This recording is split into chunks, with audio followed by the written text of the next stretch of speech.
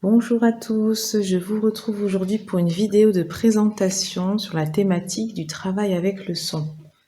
Donc, comme vous avez pu le voir sur ma chaîne, vous avez déjà quelques tutos avec les bols tibétains que je vais poursuivre. Et j'avais envie de faire une vidéo un peu plus générale sur le travail avec le son et ce qu'on peut en attendre.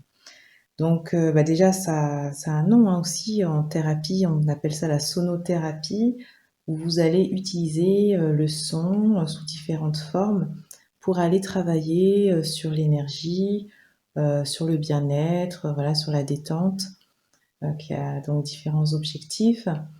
Et donc, c'est vrai que c'est quelque chose que j'aime beaucoup. Alors, je vous rassure, j'ai pas acheté tout ça en une fois, hein. Au début, j'ai commencé avec un simple bol que j'ai acheté en formation. Et puis après, de fil en aiguille, je me suis équipée. Alors, il y a encore d'autres choses que j'aimerais bien avoir, mais pour l'instant, voilà, c'est déjà un bon petit panel. Et puis, pourquoi avoir tout ça? C'est parce que tout simplement, j'avais commencé à proposer des séances, voilà, de massage sonore en individuel. Et puis, j'ai aussi pratiqué en association des méditations sonores, des bains sonores. Donc, du coup, voilà pourquoi j'avais investi dans tout ça.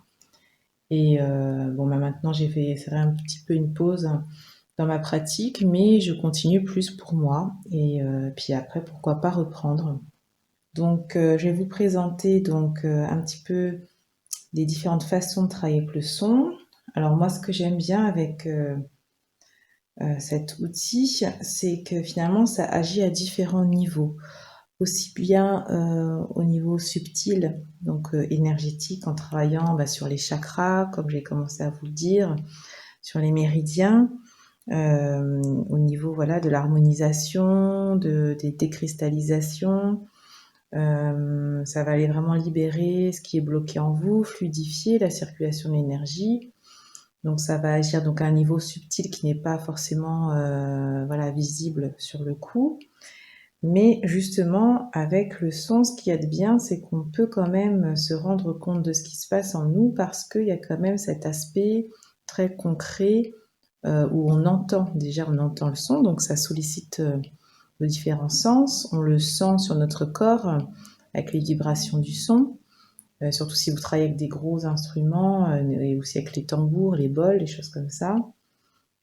Donc vous quand même pouvez palper en fait ce travail qui se fait en vous, c'est pas non plus totalement de l'énergétique comme quand on fait du Reiki ou du Laoshi ou des techniques de ce genre. Là, il y a quand même quelque chose qu'on sent physiquement. Donc moi je trouve que c'est intéressant puisque du coup ça permet vraiment aussi de se focaliser sur ce qui est en train de se faire, de canaliser notre mental, nos pensées. Et du coup, voilà, c'est, je trouve, plus efficace. Enfin, en tout cas, ça peut, il y a quand même cet aspect où la personne va tout de suite pouvoir ressentir les effets, ou vous-même. Donc, du coup, ça agit donc, comme je disais, à différents niveaux. Ça peut aussi bien agir aussi au niveau physique par rapport aux douleurs. Ça peut soulager les douleurs, par exemple. Ça peut travailler aussi au niveau émotionnel, en vous apaisant, donc apaiser tout ce qui est stress, angoisse. Au niveau du mental, ça va aller calmer les pensées parasites. Et ça, c'est aussi prouvé scientifiquement, finalement, avec l'onde sonore que va permettre de créer tous ces instruments, voilà, toutes ces techniques. Donc on sait que c'est une fréquence qui va naturellement vous emmener dans des états de conscience modifiée, des états de méditation ou de presque semi-sommeil. Donc voilà, il y a déjà au niveau scientifique, c'est aussi quelque chose de tangible. Alors le son, ça vous permet aussi, pourquoi pas, de travailler avec les différents éléments de la nature, en vous connectant à plus la vibration de la terre, du feu, de l'air, de l'eau. Parce que par exemple pour l'eau, vous avez un bâton de pluie, moi j'ai ça, vous avez des tambours océans qui existent. Si vous voulez travailler avec la terre, vous avez les tambours, ou voilà, tout ce qui est vraiment les sons vraiment graves, denses. Avec les bols tibétains, ce qui est bien, c'est qu'il y a les différentes notes qui vous permettent d'aller Comme ça, travailler sur différentes fréquences. Et du coup, vous reliez soit plutôt à quelque chose d'assez terrestre, ou soit au contraire assez céleste. Donc ça, c'est vrai que c'est quand même un outil complet, le bol tibétain, avec ses harmoniques de son, qui va permettre d'aller travailler un peu sur toutes les thématiques et toutes les fréquences. Le bol de cristal aussi, qui est pour moi quand même un outil plus du coup spirituel et qui va aller plus travailler sur des hautes fréquences. Donc voilà, il y a vraiment différentes choses à faire. Et ce que je voulais dire aussi, voilà, donc c'est un outil du bien-être, un outil de soin et qui peut être utilisé très bien tout seul aussi. Pas forcément besoin que quelqu'un vous le fasse, même si bien sûr ça sera quand même plus agréable certainement de vous laisser aller totalement et que quelqu'un vous fasse un massage sonore ou un bain sonore. Donc voilà, c'était une petite présentation rapide des différentes possibilités, des différents instruments qui existent. Donc ce que je vais faire après cette introduction, ça sera de faire des courtes vidéos juste pour vous faire entendre le son des différents instruments que moi j'ai. Et puis voilà, comme ça vous donnera une idée.